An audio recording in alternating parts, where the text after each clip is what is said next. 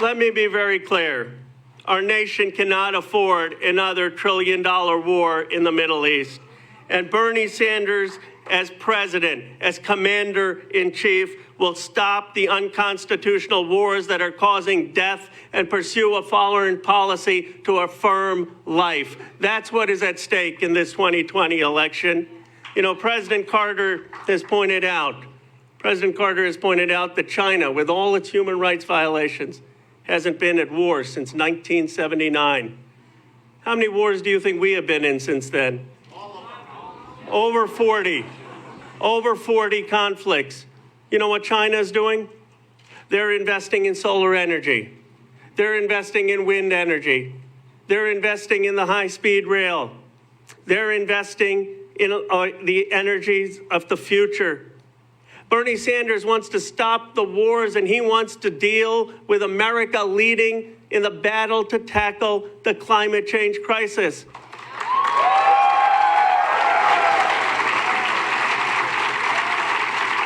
He wants, and it's fairly simple. It's not the things you hear on the media. He wants every American to live in a community with clean air and clean water. You know, I was just in Clinton, Iowa. In Clinton, Iowa. You know what they told me there? Highest cancer rate in the state. The highest cancer rate in the state because of the sulfur dioxide emissions. You know what the Green New Deal, Bernie's Green New Deal means? It means people in Clinton, Iowa shouldn't have to worry about whether their kids are going to grow up with cancer. That's what the Green New Deal is about.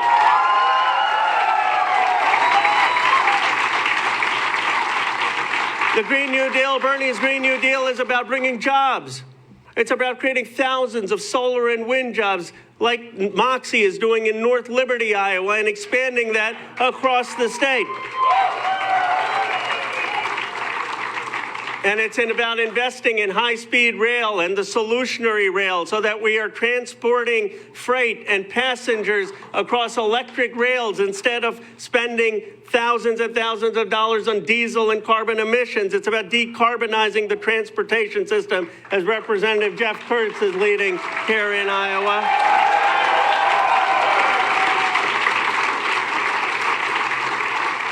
You see, Bernie Sanders is not an abstract vision. It's about a vision to actually improve the lives of people across this country, across this state. And he wants, as I end, something actually pretty simple. He wants every person in this country to have the chance that I did. See, my parents are immigrants. My grandfather spent 4 years in jail with Gandhi fighting for independence. And my parents immigrated here in the 1970s. I was born in Philadelphia in 1976, our bicentenary. And I grew up in Bucks County, Pennsylvania. And guess what? I got to go to preschool. And I had a quality public school education. And I didn't have to worry about getting a hot lunch in my school. And I had health care. And I got to live in a community that had clean air and clean water and was safe.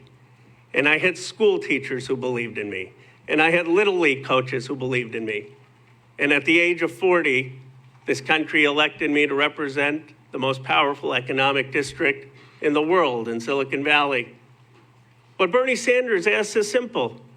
If this country could give that opportunity to the son of immigrants, is it too much to ask that this country give that opportunity to every American?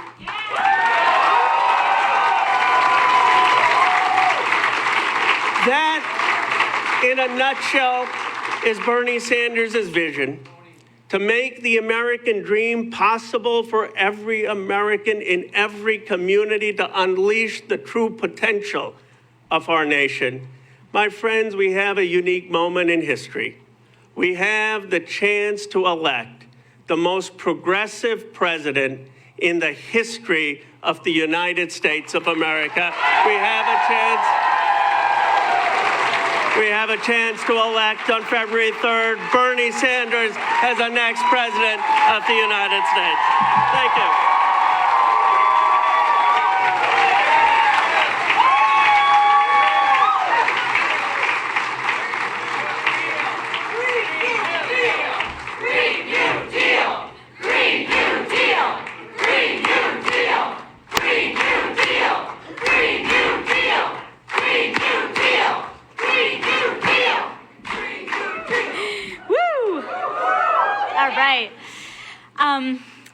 So it is also my honor to introduce our next speaker, Congresswoman Rashida Tlaib.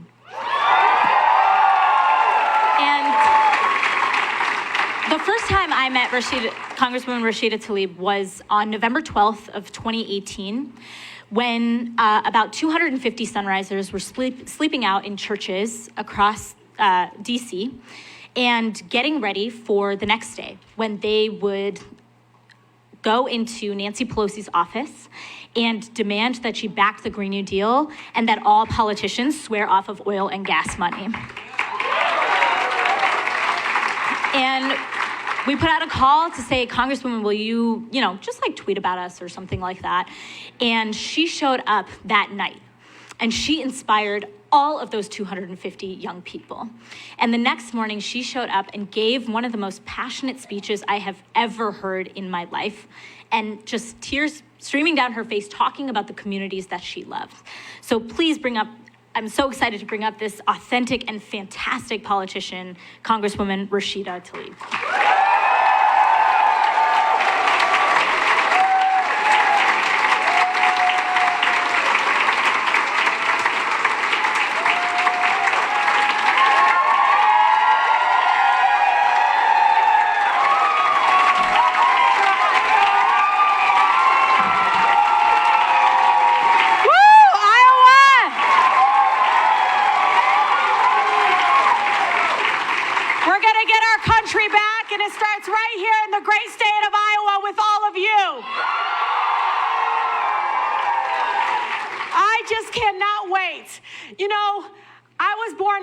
Southwest Detroit, where I literally grew up in communities where every single corner is a reminder of the civil rights movement, the labor rights movement. Even during that whole time, as I'm going through Detroit Public Schools, I really had no idea what environmental racism was, environmental justice meant. I didn't understand that smell wasn't normal, that dodging all those trucks wasn't normal, that the smokestacks literally that oversaw Patton Park, this park right near my home, wasn't normal. And later I found out that so many of our children, so many of our folks, our neighbors, had cancer, had asthma, had all of these things. And we launched this We Have a Right to Breathe campaign. And we started pushing forward when people weren't even talking about climate change. We were a frontline community saying we were getting sick because our air was too dirty, because our water was too dirty. And one of the things that I find that is so critically important is that frontline communities, the communities that have been neglected the most, the communities to me like my district, are the communities that if folks want to see what doing nothing on climate, doing nothing about our public health, doing nothing about a number of issues that are important to us, if you really want to see what doing nothing truly looks like, come to my district. Rows and rows of people's homes had these small white crosses in front of them in 48217, the most polluted zip code in the state of Michigan. And one day I finally asked, because I wasn't sure, I was like, why does everybody have these white crosses? And they said, the Sierra Club of Detroit decided this movement of saying, if you have cancer, survived of cancer, put this white cross in front of your homes. And I would see homes, 7 homes in a row. We wanted to put a human face to what doing nothing looks like. When Marathon Oil Refinery, the only petroleum oil refinery in the state of Michigan, decided to expand, they decided to do it right in the shadows of, again, very distressed community that was already suffering with tons of air quality issues. I mean, they closed down a park because it was just too contaminated for kids to play in. And they decided to expand back in 2007 or 8. And they decided to build this coker and bring in tar sands from Canada, crudest oil, right through to our backyard. And they produced this thing called petroleum coke. They, sometimes they'll call it Metacoke. I don't care what, they can call it Coke milkshake. I don't care, but it's toxin. It's toxic. So they put it on, they literally, no joke, they contracted out with this company to store it openly on the Detroit riverfront. Completely exposed. No permit. No one knew what it was. We had never heard of the term pet coke. And we later find out it's because Marathon had contracted with the Koch brothers to produce it. And I came in and I said, this is before Flint, Michigan. I said, whoa, whoa, whoa, we have 40 feet tons of petroleum coke on the riverfront. What are you guys doing? And this is when I was on the state level, state government. And I said to the Michigan Department of Environmental Quality at the time, we got some toxins, they're not covered. And it's this big, if you ever go online, just look at it. It's this big, black dust cloud. And people lived not 8 feet away from it, these apartments, buildings. And they said, oh, don't worry, Representative Tlaib, don't worry, it's not toxic. I was shocked. I mean, just like you guys, I was like, there's no way. This is a crude oil. This is a byproduct of tar sands. There's no way this is not toxic. So yeah, as a sitting state representative, I didn't just introduce a bill. I decided I'm gonna cross over some tracks. Yeah, I'm gonna trespass, allegedly. And I'm going to go and get, literally, I got 3 Ziploc bags of the petroleum coke, and I sent it to the Ecology Center in Ann Arbor, nonpartisan place, and got it tested myself. And when we got it tested, and I released the results, the Michigan Department of Environmental Quality then comes back. It was like, okay, Representative, it's not toxic if it's contained. Okay, I'll take it. It took us so long, and we, the people, we had to take it in our own hands to demand a right to breathe clean air, to demand to say you cannot just dump these toxins in our backyard, especially in a community, this zip code, 48216 next to 48217, 3 times higher asthma hospitalization among adults than anywhere in the state. You can't just dump here just because you're billionaires on our riverfront. When it rained, the water, literally the runoff would go into our sewer system, which went to our water treatment plant that produced our water. The injustice that I didn't understand as sitting there feeling just so helpless that we had to do it ourselves. We had to test it ourselves. Why? Because too many people have sold us out. On the city level, on the state level. They always used to make fun of me, like, look at her, she's a sitting state representative, she's over there jumping over fences. Well, I don't care, there's a lack of sense of urgency to understand. We don't have time for you guys all to have political courage to do what's right.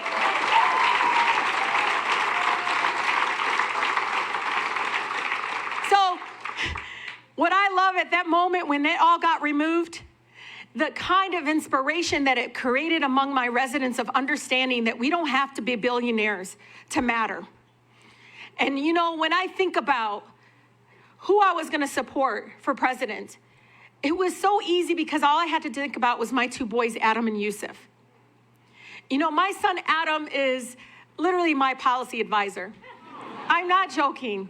If you ever met him, I mean, my team, everybody will tell you, it's like, oh, it's Adam speaking. He's a person, he's like, I'm so tired, Mom, of people saying capitalism is socialism. Why not peopleism? He one time, I was in a meeting with Chairwoman Maxine Waters and 2 other colleagues about pushing this amendment to stop fossil fuel investment. Us, the government, stop investing in fossil fuels. And he whispers to me, Mom, can I have a piece of paper? And of course, he doesn't know how to whisper. And I give him this piece of paper. He sometimes likes to sketch. So I'm thinking he's drawing over there. Before that meeting ended, he handed me the piece of paper. I had posted it. And he said, Mom, you gotta tell him. He says, we only have until 2030. Like, he was giving me these talking points. And at the end of the meeting, I put it up and I share it to Chairwoman Waters and my colleagues, and she just smiled. And I thought to myself, God, if we could just clear the room and sometimes put kids in the room. So when I think of my 2 sons, I really think about who do I hand the future of my boys to? It has to be somebody that's not gonna waver. It has to be somebody that's not afraid to stand up to the corporations, to the billionaires. Somebody that is just not going to look the other way when it comes to us. He just won't.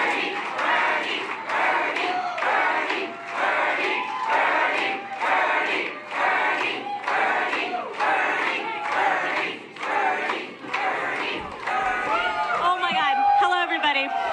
I'm so glad that you are here at the campaign announcement for my run for President of the United States of America.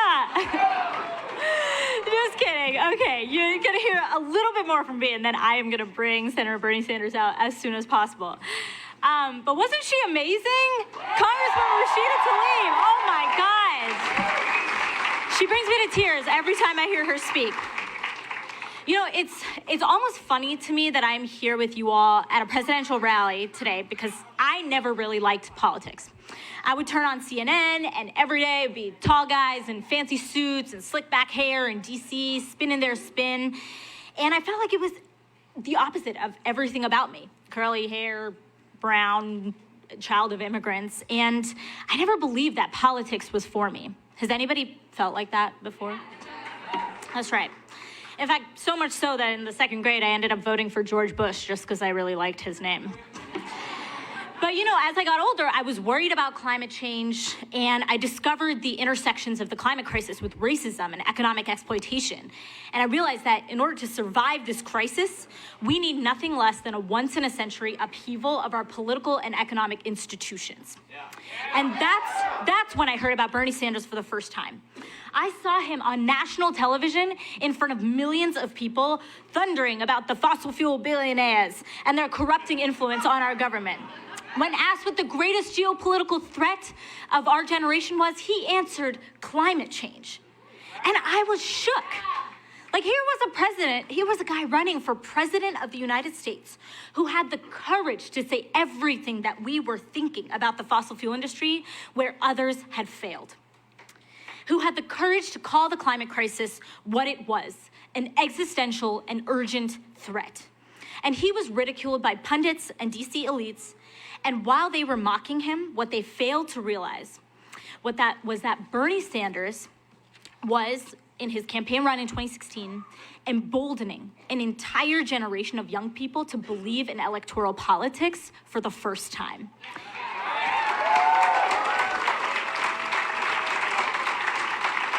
And to refuse to cede that terrain to the wealthy and the corrupt. So now that generation is standing shoulder to shoulder with him to realize his vision for an America that works for all people. We endorse Bernie Sanders because he stands for a Green New Deal. The kind of Green New Deal that recognizes the government's duty to guarantee fundamental human rights to all people. The right to clean water and air, so the catastrophes happening in cities like Flint and Detroit and in communities across Iowa because of industrial agriculture is ancient history. Bernie Sanders is standing for the kind of Green New Deal that ensures the right to economic security through a federal job guarantee. Bernie Sanders will stand for the kind of Green New Deal that ensures that Black, brown, and Indigenous people benefit from a new sustainable economy, and the historic injustices that have been perpetrated onto these communities are repaired. He believes in a Green New Deal that guarantees the right to home, to sanctuary, and safety as thousands flee from poverty and drought, not to be met with cages and dogs and guns at our border. And as millions of jobs shift during the transition, Bernie Sanders is going to ensure the right to quality health care, establishing Medicare for all alongside a Green New Deal. So that's the kind of Green New Deal we believe in, and it's part of a broader vision of social and economic justice, and it's why Sunrise Movement stands with him. And if that is the true expansiveness of our vision, if that is what a pragmatic response to our crisis today looks like, then it takes nothing less than a political revolution to get it done.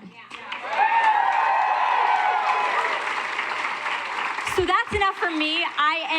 It is my great and distinct honor to introduce Bernie Sanders.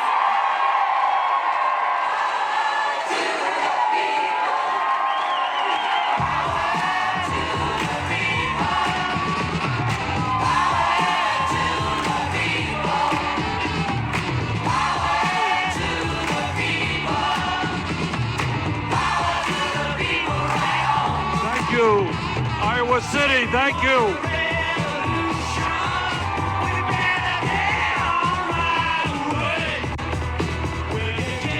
Thank you all.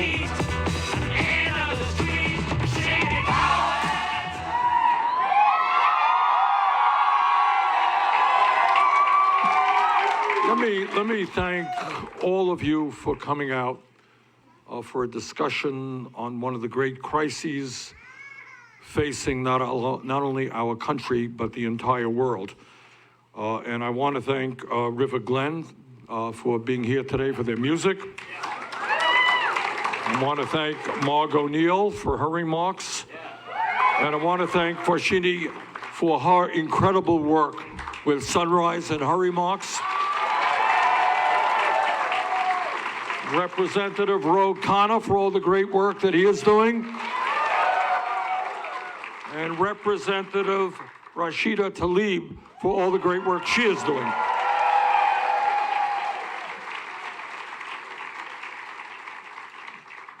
So there's a lot to go over, and this is an enormously consequential issue, as you all know. So I don't want to get you all too nervous, but as a nation and as a world, we are facing a huge crisis in terms of climate change. And my vision and my dream is that instead of having a president who ignores this reality, instead of having a president who is in fact exacerbating the crisis by encouraging the production of more fossil fuel, we need an administration, us together, which will stand up and tell the world that we must go forward in taking on the fossil fuel industry, in transforming our energy system, and in saving the planet.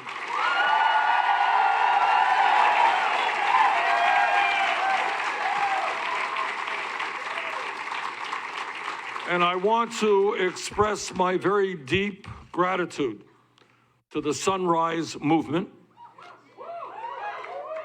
for all of the great work that they are doing.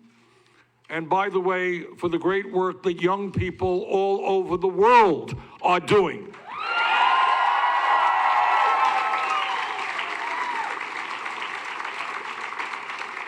In demanding that we have a planet that is healthy and is habitable for future generations. So Sunrise, thank you for the work you are doing, and I so much appreciate your endorsement for our presidential campaign.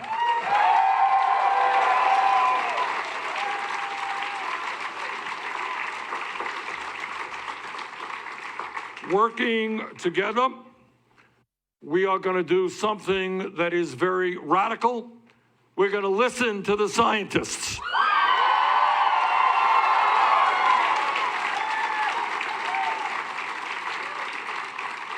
And together, we will pass a Green New Deal, which will create up to 20 million good-paying union jobs.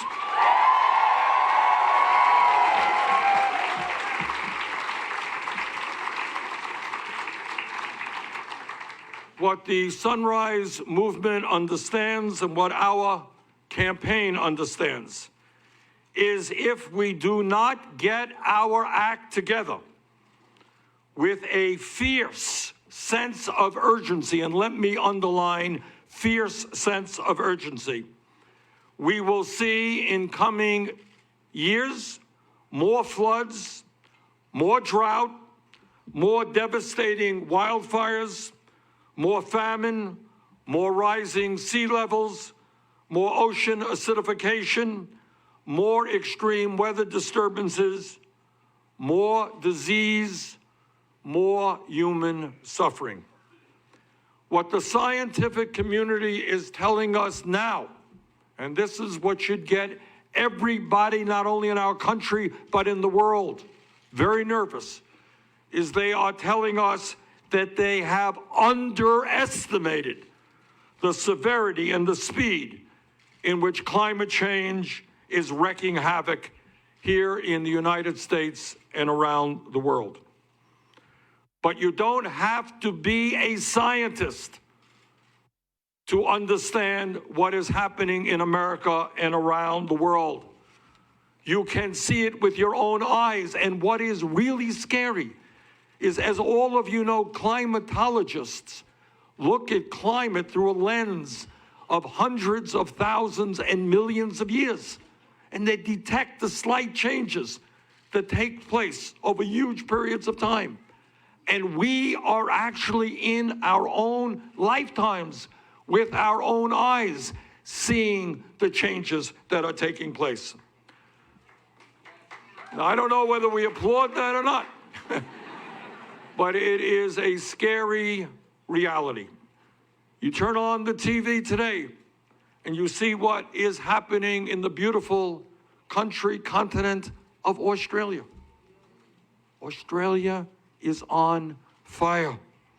Up to 1 billion animals and at least 25 people have already died on that continent as megafires continue to rage there. And let me again, and I don't mean to be too alarmist, but we gotta tell the truth. If we do not get our act together in a very bold and aggressive way, what you are seeing in Australia right now will be common for countries all over the world in the years and decades to come. We have already seen in our own country, California burning. Last year, I was in Paradise, California. You all remember Paradise, California? And it's unbelievable to see what you see. This is a small town, I think 25,000 people. 86 people died as a result of the wildfires. 14,000 homes were destroyed, and there was some $16 billion in damage in one small town in California. We have seen the damage right here in Iowa, right? And other parts of the country, where record-breaking rainfalls have led to major floods, billions of dollars in damages, and the delayed planting of millions of acres of farmland. We are seeing extreme weather disturbances in Europe and more intense hurricanes in our own country.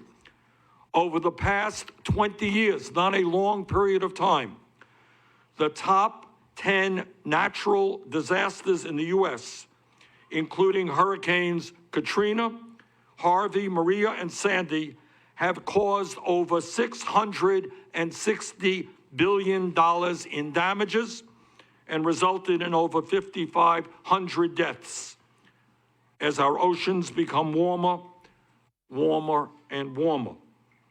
Today, we are seeing major droughts in Central America, where hundreds of thousands of children are now malnourished, and families are forced to choose between hunger and migration, because where they are living, they can no longer grow their own food.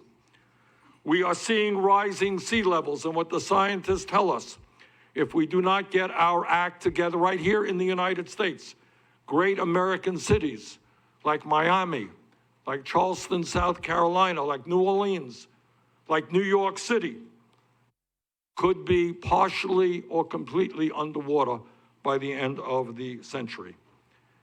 And while all of this is happening right before our eyes, we have a president who not only calls climate change a hoax, but is encouraging the fossil fuel industry to produce more and more of the product that is destroying this planet.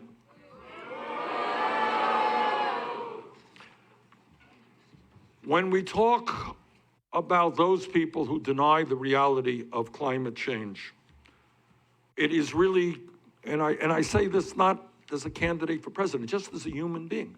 Every person wants to protect their own kids and their own grandchildren. I got 7 grandchildren. I cannot for the life of me understand how you have people who reject science and are literally endangering the well-being of their own kids, their own grandchildren, and future generations. That is something I cannot understand.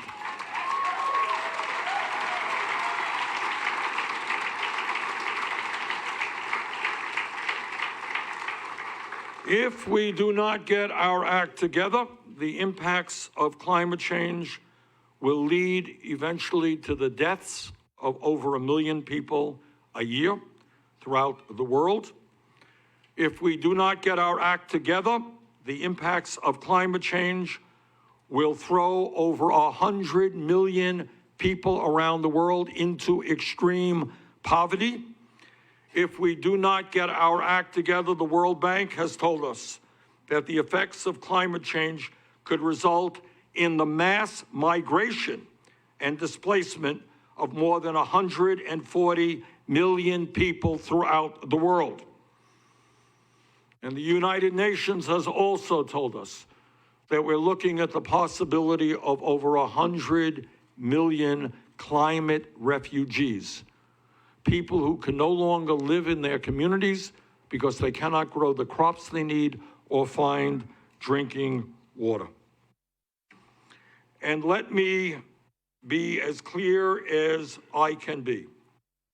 What the Sunrise Movement understands, what you understand and what I understand, that it is not good enough just to defeat Donald Trump, the most dangerous president in American history.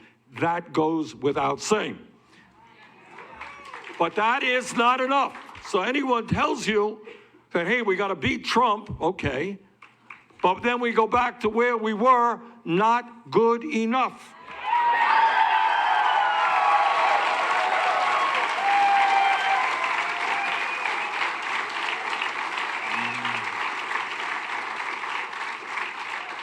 And I do not want to, for one moment, kid you. The task in front of us is literally unprecedented, okay? Literally going to the moon was small change compared to what we have to do now. Because what we have to do now is take on the fossil fuel industry, okay? Then we got to transform our energy system away from fossil fuel to energy efficiency and sustainable energy, okay? And then what we have to do is lead the entire world. Because what makes this crisis so difficult is that even if the United States did all of the right things, that in itself is not good enough. We need to communicate to people all over the world, in China, in Russia, in India, in Pakistan, in Brazil, throughout Latin America, in Africa. We have got to reach out to the people of the world and get the nations involved together, and maybe, just maybe, tell the world that instead of spending $1.8 trillion every single year on weapons of destruction, that maybe, just maybe, we come together, pool our resources, and fight our common enemy, which is climate change.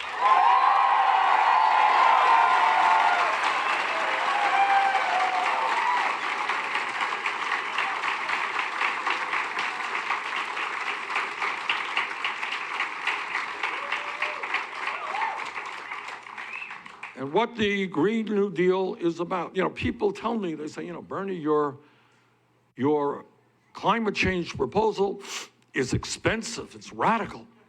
But I want you to think, what is the alternative? We are fighting to save the planet.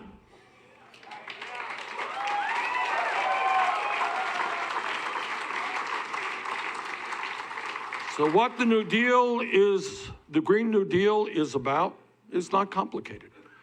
It says to the fossil fuel industry, stop lying about the product you are producing.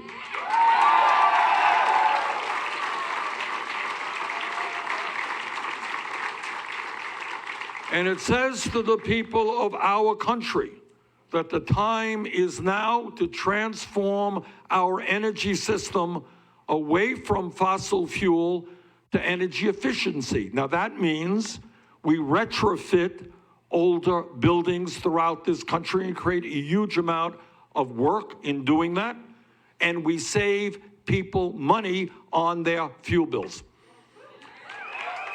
It means that we invest very significantly in sustainable energies like wind, where Iowa is already helping to lead the country. But we need more in wind, in solar, in geothermal.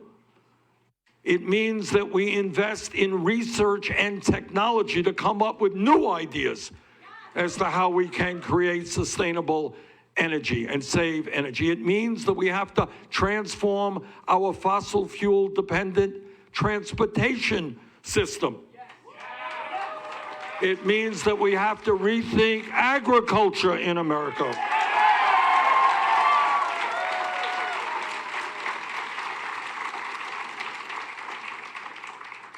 And most importantly, I think, it means that we must make the coming decade a decade in which people from all over the world, may be led by the young people all over the world, who invest in ways to combat climate change, not more endless wars.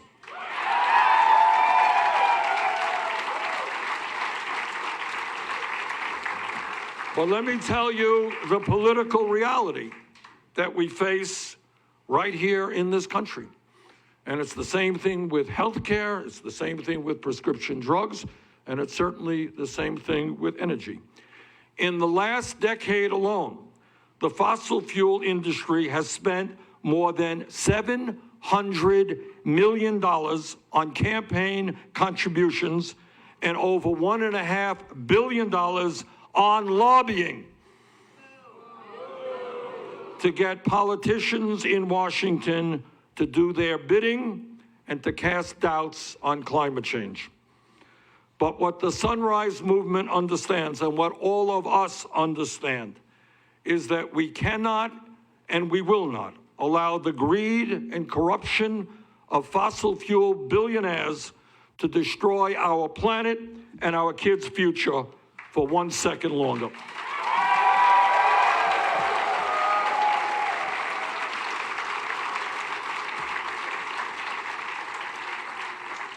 What encourages me and what gives me hope for the future is that so many young people in our own country and around the world are helping to lead the movement to combat climate change.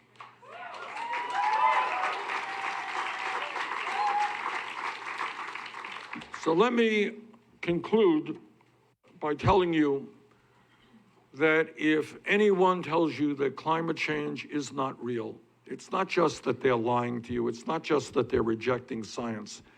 They are really turning their backs on their very own children and future generations. So this, brothers and sisters, is not going to be easy. In fact, what we have to do, not only in America, but around the world, is unprecedented. We've got to bring the entire world together to help make sure this planet is healthy and habitable for future generations.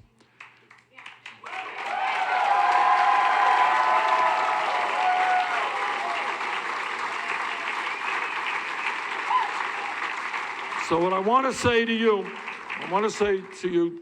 tonight is that we are in this together. We are going to have to take on the corruption in Washington. We're going to have to take on the corruption around the world, because it's not just in the United States where fossil fuel billionaires are making huge amounts of money. We are going to have to bring the best scientists in the world together, the best engineers, the best workers in the world together. We're going to have to reach out to our brothers and sisters all over this planet. So this is a massive undertaking, and we have got to do it together. But let us start right here in Iowa by making it clear that we will take on the greed and corruption of the fossil fuel industry.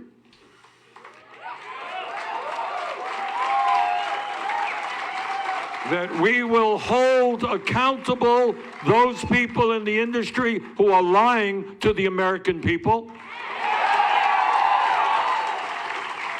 And that we have the courage to begin the process of not only transforming our energy system away from fossil fuel, but leading the entire world.